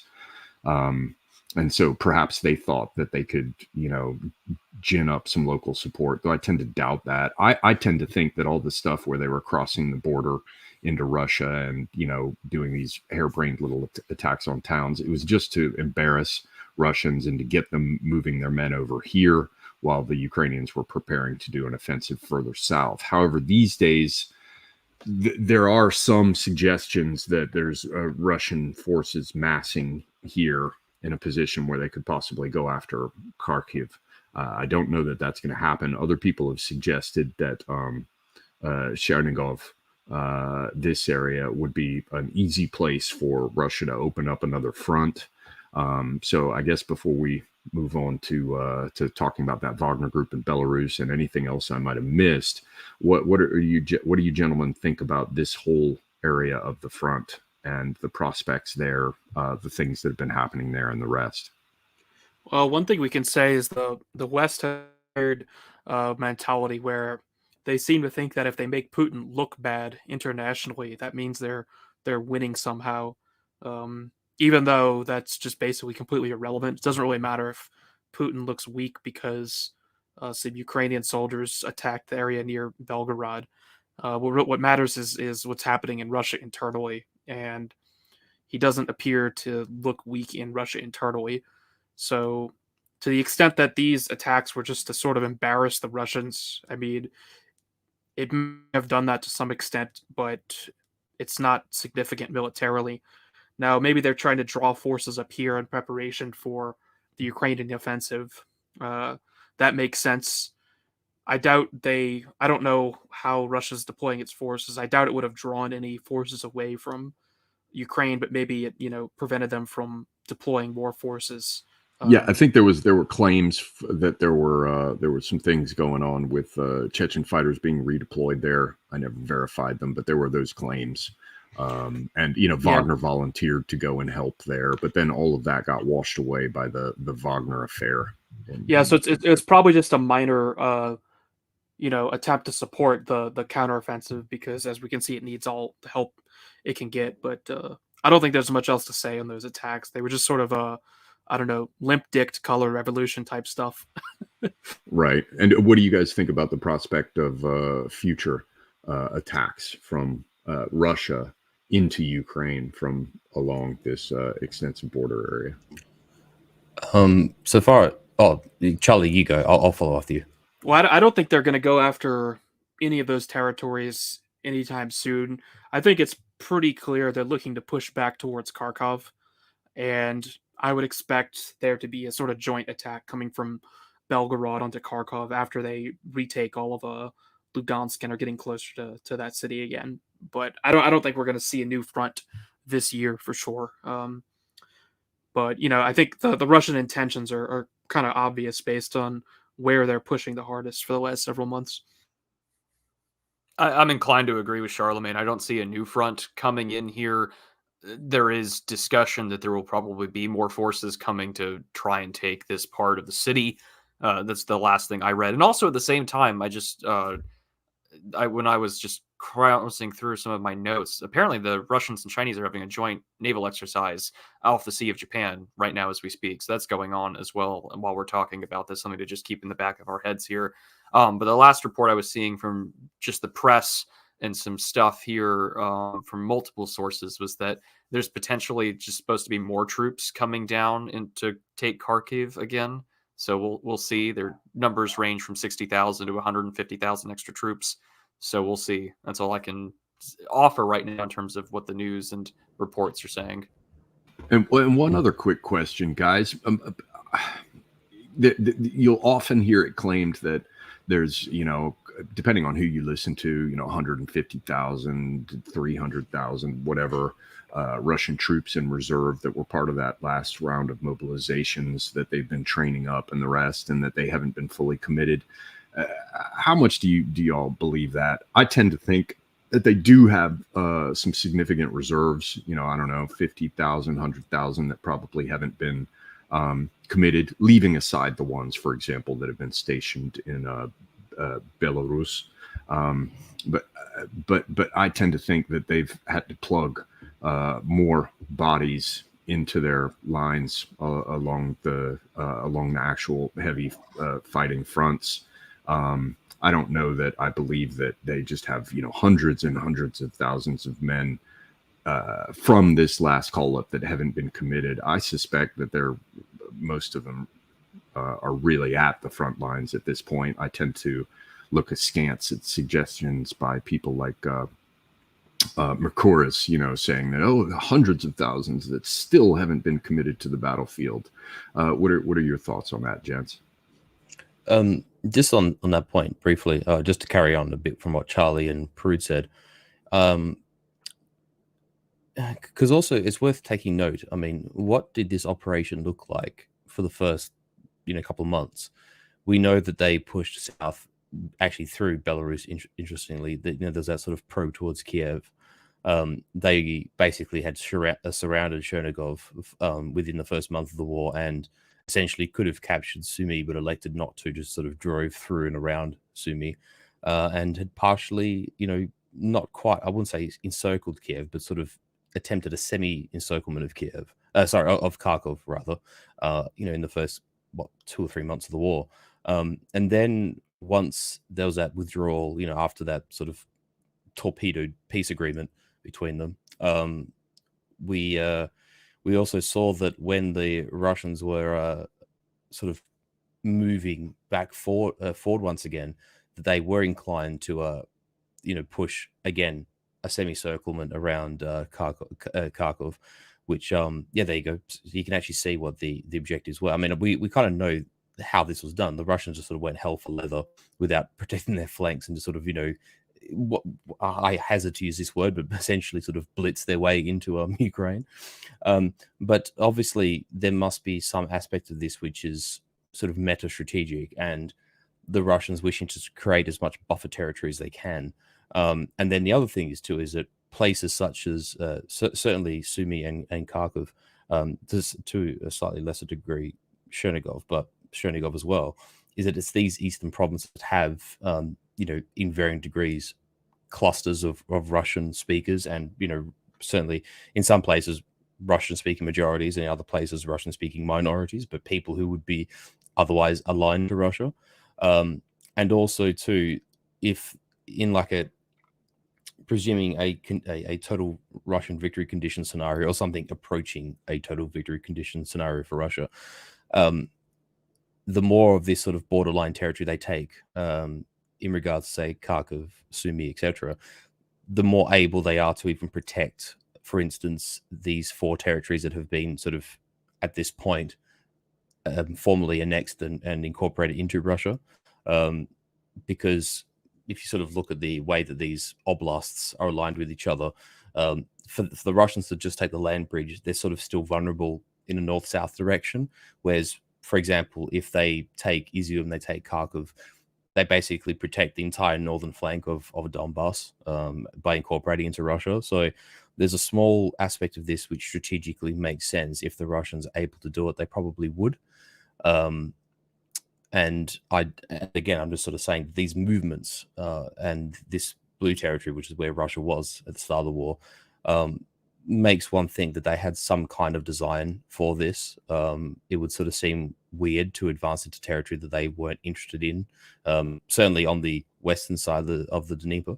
And also as well, funnily enough, semi what it's like to eat crow. I kind of thought that the Russians would actually push towards the Dnieper River rather earlier than what they have. And I always myself presumed that from their position Izium that they would actually attempt something of a big arrow offensive towards Dnipro, or Dnipropetrovsk as the Russians call it, which didn't materialize. But the thing is that as the Ukrainians suffer attrition, and they've been suffering increasing degrees of attrition, certainly with the Bakhmut conflict, and the sort of fight for the city of Bakhmut, and also this massive offensive that they've been attempting here in Zaporozhye Oblast, or on the Zaporozhye front rather, and in parts of Donbass too. Obviously there's fighting around Avdiivka and Vuhledar and these other places. Is that as the Ukrainians weaken and lose, dare I say, their best troops and their best equipment, to some degree, I think the truth sits somewhere between complete cynicism and, say, the Kursk position of there being hundreds of thousands of reserves. I totally agree that they would have been reinforcing this land bridge, because to lose this land bridge would be to deeply compromise the Russian position, and also to completely compromise their objectives. So doubtless, I would estimate, I mean, I have no idea. I'm just sort of saying that, if I was in the position of, say, Shoigu or Gerasimov, I would have definitely have put an extra 50, 60, 80,000 men in this land bridge to protect it. And then also with the withdrawal across the Kherson bridgehead, which we talked about months ago, if we sort of consider that there may have been 20,000 men on the other side of the river, well, then chances are probably half of those troops were sent to Zaporozhye as well. Because in the end, you only need a skeleton force to protect, a bridgehead of any kind, or rather like an embankment essentially over a river. So there would have been reinforcement here in Zaporozhye and to a slightly lesser extent into Donbass around Donetsk as well. So there could feasibly be as many as maybe 100 or 120, possibly 150,000 men that the Russians may or may not be deploying across the rest of the front, like particularly in Belgorod Oblast, because it sort of seems militarily sensible that as the Ukrainian army is depleted further, and if the Russians, if it's to be believed that they are increasing production of tanks, they are increasing production of, like small arms of munitions, artillery systems, particularly, drones and these cruise missiles that they just keep managing to fling into Ukraine, that there will come a time where the Ukrainians simply can't marshal enough combat brigades to cover the entire length of the front from, basically from Kherson all the way up to, if you go like just past Sumy on the map, that they just can't cover this entire front line with experienced and combat effective troops. And, ultimately as a, speaking in a military context, the ideal scenario is to be able to sort of essentially push through an open door and to take ground that you consider valuable. And if the Russians have this in mind, in Chernigov Oblast, Sumy, and Kharkiv, and if they want to push towards the Dnieper River from the north, then they're better off waiting until the Ukrainian army is made more combat ineffective than what it already is, in the fullness of time. So, I mean, in the end, we can only surmise now and see what happens in the future. But I would not be surprised if the Russians aren't considering this, because this would basically play directly into the sort of Russian way of war. Gentlemen, Yeah. anyone else? Since we're looking at this part of the front again, I mean, one thing that comes to mind here is if the Russians had the capability of executing this, say, next year, I wouldn't be surprised if what their long-term or medium-term strategy is maybe is to, if they can assault Kharkiv and take it, that potentially opens up the opportunity to open up a massive outflanking maneuver on Slavyansk and Kramatorsk, especially. That string of cities behind Bakhmut, that Bakhmut was the key to. If they come around through Kramatorsk and are able to outflank that, those cities will be much easier to take and might just completely crumble. And we know they were basically trying to do this from the beginning, as we could see from that previous map that kind of shows their original maneuvers. Like, it looked like they were trying to do a very large, quote unquote, cauldron type thing, as people call it, around this whole area, and then couldn't pull it off. So we might see Kharkov might be key to that sort of maneuver, but that's dependent on them actually having the reserves that they claim they do. And they're at what, like something that's like 750,000 men in their army, and then they're aiming for 1.2 million or something like that, and they still get their normal signing up for military service cohorts that are coming each year. And apparently, if the pro-Russian sources are to be believed, they're getting quite a number of people just signing up, volunteering. And I'm sure they have pretty serious incentive packages for them. I think they're trying to do what, people always do, get poor people in there with the promise of some decent income for a little while, relatively speaking. One thing that's interesting, too, on this point is Russia's only fought a few major battles over cities. I'm not even sure if Mariupol counts, because they totally surrounded it really quickly, and it seemed like they were mainly just cleaning out Azov guys in there. But Severodonetsk, Bakhmut, and then they tried to go for Kharkov, but they've really only duked it out in Severodonetsk and Bakhmut, as far as I'm aware, and maybe arguably only Bakhmut. I don't know. It depends on what your perspective is on it. But one thing they might be looking at is, the Wagner group allegedly, and probably got completely torn up taking that one city. And there are tons of cities that size or larger than Kramatorsk. Than Bakhmut. Like Kharkov's one of them. And it might be the case that the Russians just do not want or have the capabilities to assault city after city like that, and they might have to do some large strategic level outflanking like this that depends on basically an entire extra army being spun up around Kharkov, because it's questionable whether or not the Russians are actually going to be able to survive, city assaults that drag on for months and cause tens of thousands of casualties for both sides. I mean, you could say the same about the Ukrainians, but obviously there's a limit on both sides. So just further thoughts in how their strategy might evolve. Which is indicative, just on that point, Charlie, which is indicative why, for instance, for example, the fighting around Pisky or Pesky, however you want to pronounce it, was quite intense, because you have these massive concentrations of defenses that Ukraine has basically been building since 2015. And this was also in part the explains the slowness of the progress in and around Bakhmut, is that because it was such a hard point of Ukraine defenses that Russia sort of had to methodically make its way through these defenses. Whilst, I mean, yes, there is a case to be said that certainly portions of the Wagner group got torn up in the Bakhmut operation, but that it was also that there was an incremental aspect to this, because they did use this firepower superiority and their artillery advantage to how can I phrase this, to lessen within reason their own attrition based upon not wanting to fling their troops in carelessly into combat at any given time. And so we've seen this with Pesky as well, which is the operation just outside of Donetsk city.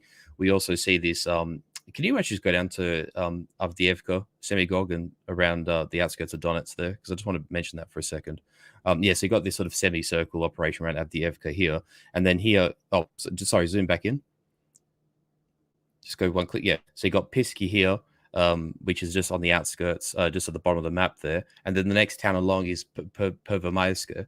And if the reports are to be believed, the concentration defenses and basically fortifications and entrenchments are very intense around here, because this was sort of like the linchpin of their Pesky back in the day.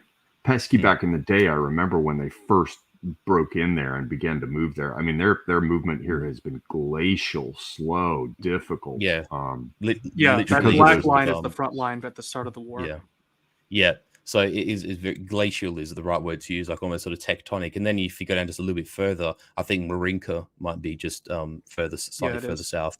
So you have Marinka, which is still being fought over now, and it's just these line of hard points. And there was something similar with that. If you sort of drew a line from Soledar through Bakhmut, and then I can't remember what was south of Bakhmut. It's just escaping me. Sorry, good.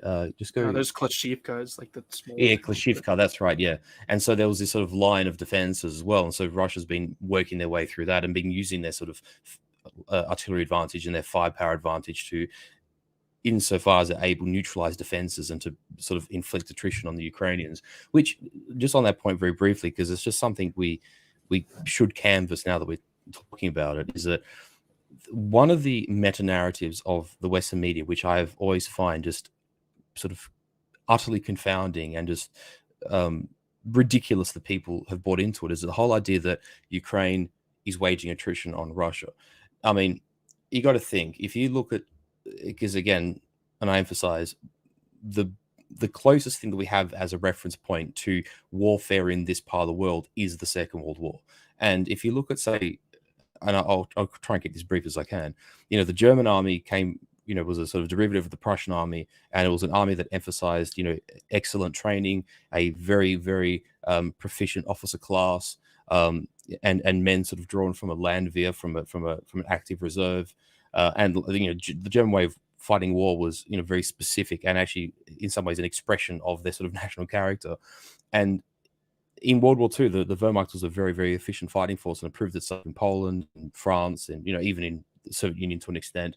Wherever it operated with great proficiency. And even though they inflicted as much as 5-1, 6-1, 8-1, casualties on the Soviets, they still lost. And even though the Germans did destroy an awful lot of Russian material, Soviet war material, and inflicted a lot of casualties in terms of killed and wounded, they only lost. And there's a whole bunch of reasons for that. And this stream isn't about that. But the point I'm making is that isn't Ukraine. Ukraine doesn't have a Ukraine doesn't have a military tradition the same way that the Germans did. They do not have an equivalent, say, the German General Staff. They didn't have a Landwehr. In fact, if you go back to even to the Crimea sort of 2014-15 scenario with the Maidan Revolution, everything, the Ukrainian army, to my understanding, was only about, say, like 25,000 men large. And then they have since expanded that force considerably, right? Which means that they have expanded their armed forces with men that would only relatively recently trained and probably don't have a lot of combat experience. And that same army has never had air superiority, has been for a long time now been utilizing foreign weapon shipments and ammunition and been living on the goodwill essentially of international friends, or shall I put it that way. And even then, Ukraine is at a manpower deficiency. They're you might say even a doctrinal deficiency to the Russians. There is absolutely no way in which the Ukrainians could feasibly or in any sort of rational way hope to prevail in an attrition war against Russia, nor be in a position where like an attrition v attrition scenario would in any way favor the Ukrainians. It has never ever made sense, and it's something that I know I might sort of occasionally rant about, but it's never been a rational argument. And even today, you still sort of say, oh, they drew the Russians into Bakhmut. No, Bakhmut was a reverse curse. Like, yes, Wagner got chopped up because it was an urban operation, but ultimately it was the Ukrainians who cycled as many as Charlie, correct me if I'm mistaken, 40 or 50 combat brigades into Bakhmut over like 6-7 months. Yeah, somewhere around 40, if I recall. So it was only obvious which way the attrition war was going to go. And, again, it's one of these ideas that still gets pushed in the media even now, and it's just not true. It doesn't stand up to any kind of, honest analysis, if I'm frank. Yeah, it is. It's ridiculous, but it must be acknowledged now that with deliveries of massive amounts of cluster munitions, which aren't just for infantry, they can take out light vehicles, lightly armored vehicles, and that kind of thing, and cause all kinds of problems. People say that they're not good for trench warfare. Well, it depends. If it's exposed trenches, they work just fine unless somebody runs down into one of their hidey holes. So we do see now this cluster munitions delivery has given the Ukrainians the opportunity for the foreseeable future to considerably increase the tempo of their artillery shelling and stuff, and in some areas to bring it up to parity, at least with the Russians. So I absolutely agree with you about the attrition favoring the Russians. Heavily so. However, it must be pointed out they're taking hard losses now. Yeah, just on the cluster thing, just very briefly, is that, and this is the short-sightedness as well, is of elements of this, not on this panel, I'm just sort of speaking in terms of the mainstream. One of the short-sightedness is that, yes, they have sent the Ukrainians clustered munitions, which then also justifies the Russians using theirs. And the Russians have an awful lot more clustered munitions than what the Ukrainians will have available to them. And the Russians have plenty of combat, fighting vehicles, which are somewhat more impervious to cluster munitions than what they are to, conventional artillery. And as the Ukrainians lose their, materiel, they lose these APCs and infantry fighting vehicles and tanks and et cetera, they're going to have to fight more in this, infantry only kind of scenario, in which case infantry, unprotected infantry is what is vulnerable to cluster munitions. And if the Russians start using them en masse, it's going to affect Ukraine exponentially more than Russia. And I think it was one of those situations they didn't have a choice. It was either supply them or their guns begin to fall silent. And now they're going to be vulnerable to that artillery themselves. Sorry, Charlie, go ahead. One other thing to point out on the Russian strategies in general is something else they learned from Bakhmut is if Ukraine decides to dig into a city and defend it to the last Ukrainian, the only way they're going to kick them out is they level the entire city, which is what happened in Bakhmut. It's also happened in Marinka, Avdiivka, all these places. Well.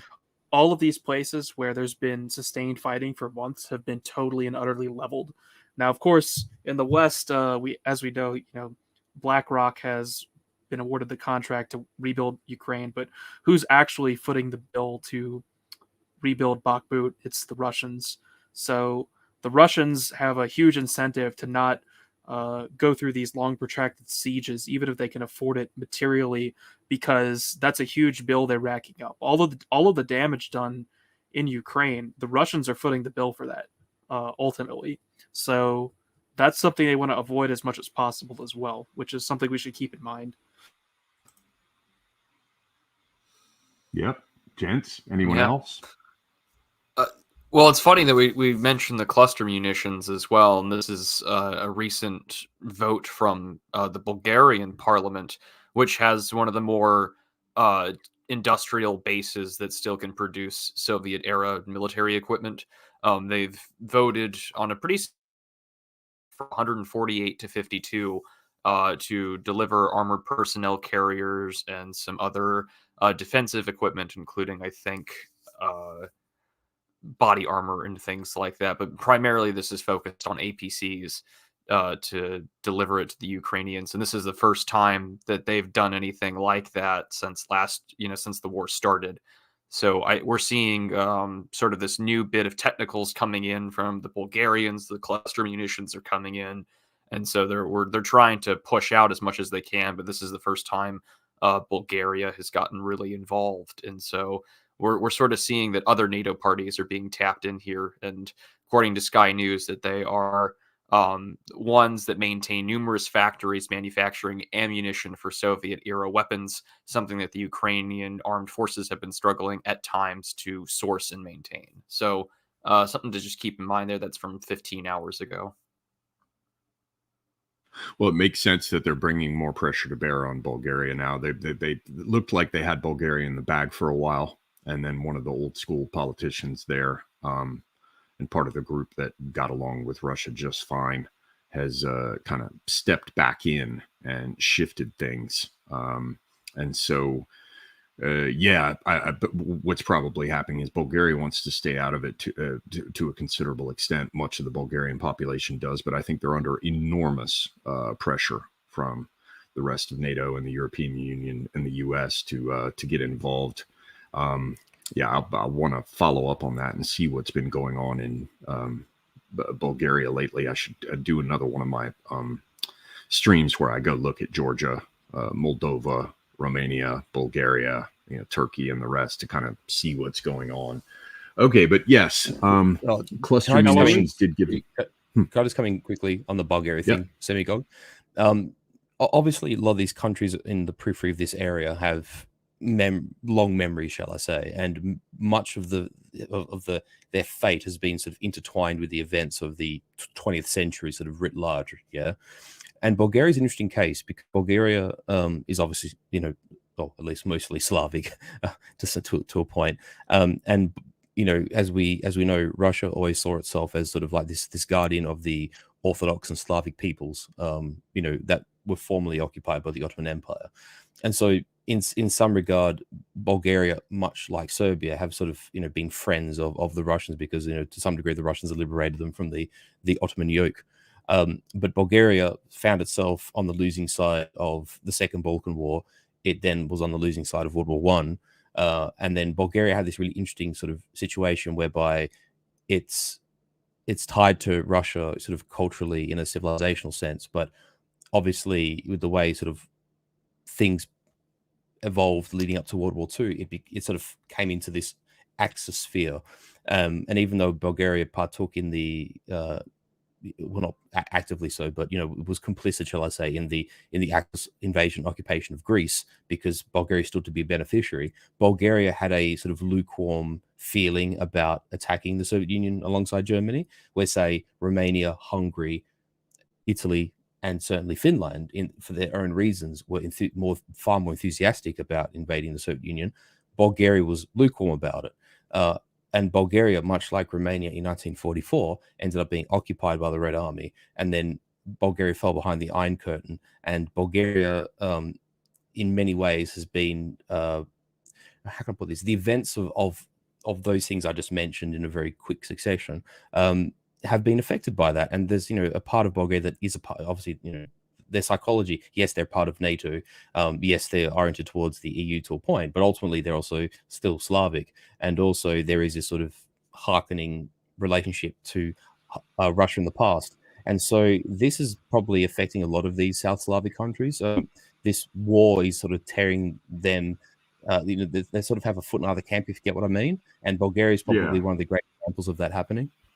Yeah, and they're getting screwed by it in many respects, and I think they're going to pay a price for it in the future as well. But we'll have to see. This brings us around. I wanted to talk about Wagner up there in Belarus, but we don't really have time at this point.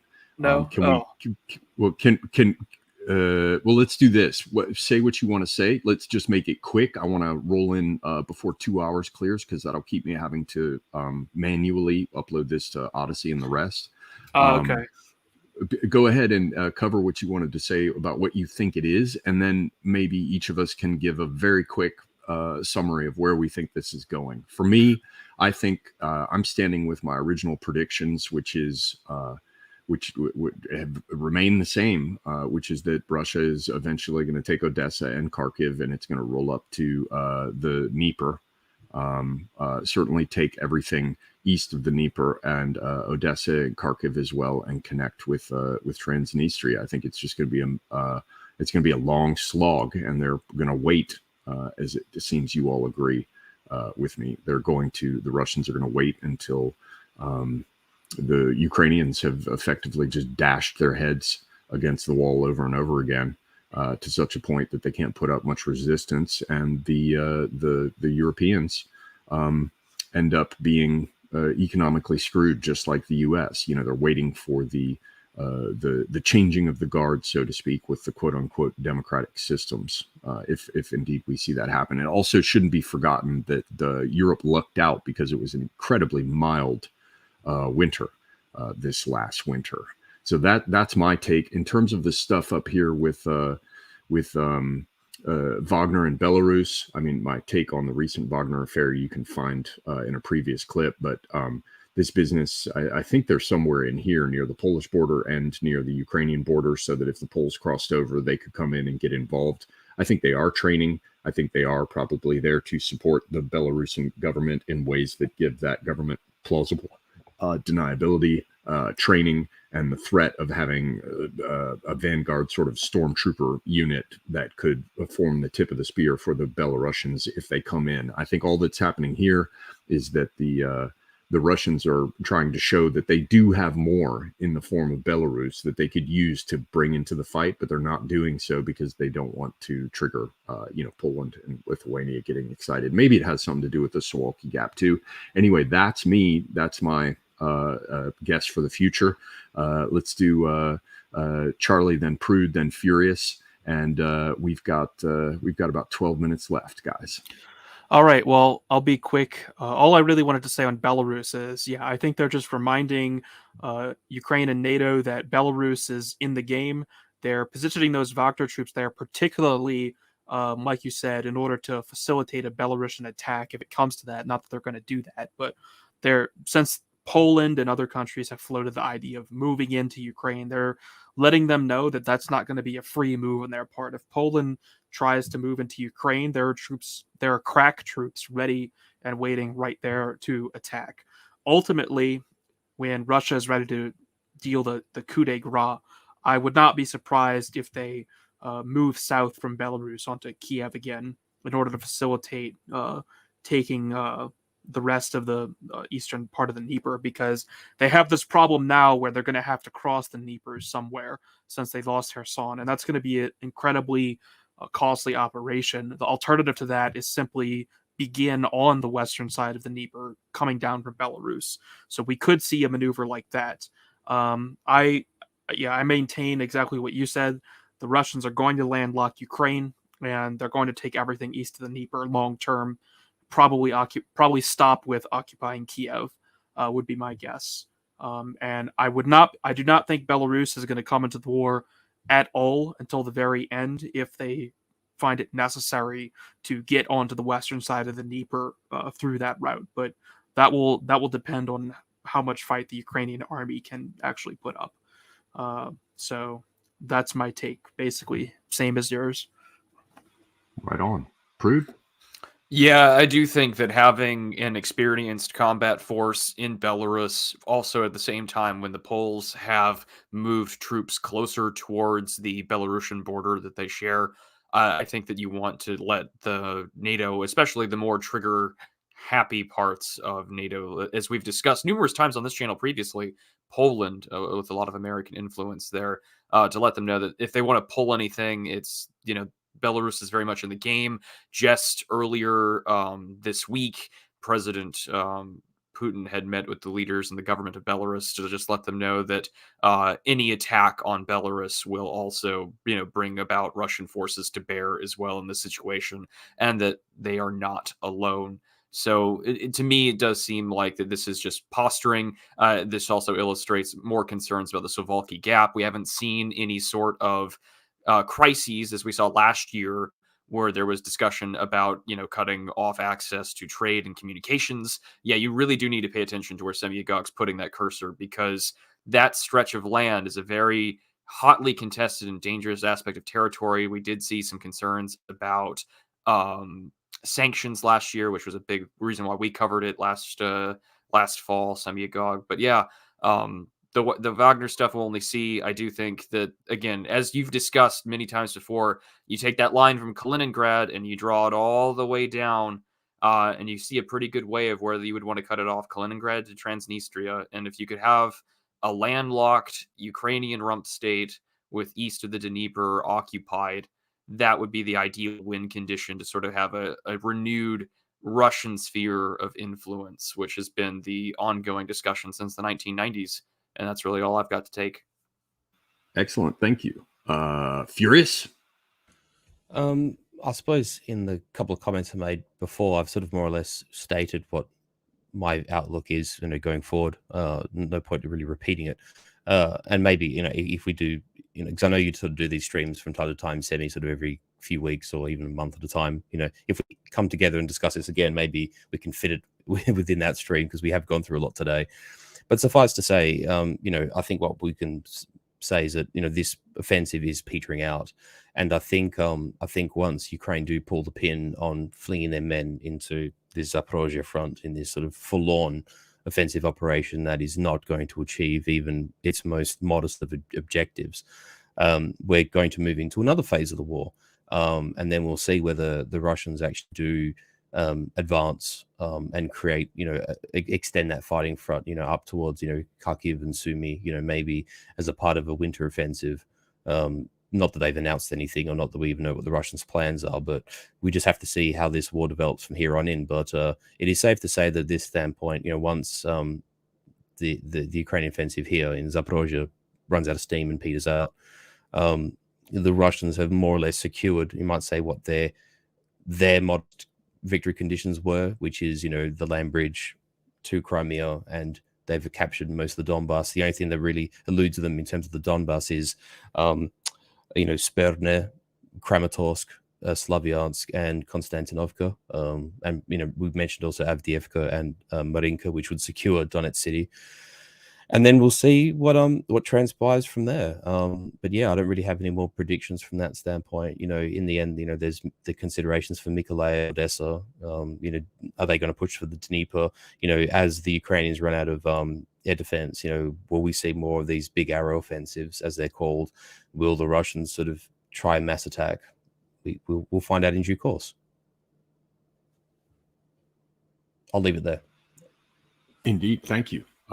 Yeah, and I guess I should just go ahead and say that the entire affair is a gut-wrenching and miserable mess of human folly and death, and none of this had to happen. And it's a miserable thing that it is happening. But that's I guess that's the nature of humanity. Yeah. So thanks, first off, to this panel, the excellent Mr. Prudentialist for geopolitics and strategy. Definitely check him out. You can follow him on Twitter, and there is a link for his channel below. Keep an eye on him. He's a up and coming skyrocketing fucker who's doing great things. Charlemagne likewise has an excellent channel. I was just over there to discuss some stuff about China. Charlemagne does great stuff. And if you want, his off-color mic drop moments, definitely follow him over on Twitter. Furious Pertinax, you're going to have to follow on Twitter and catch him when he is available over on Apostolic Majesty's channel, which I just love that guy, love his channel, love his content, excellent stuff.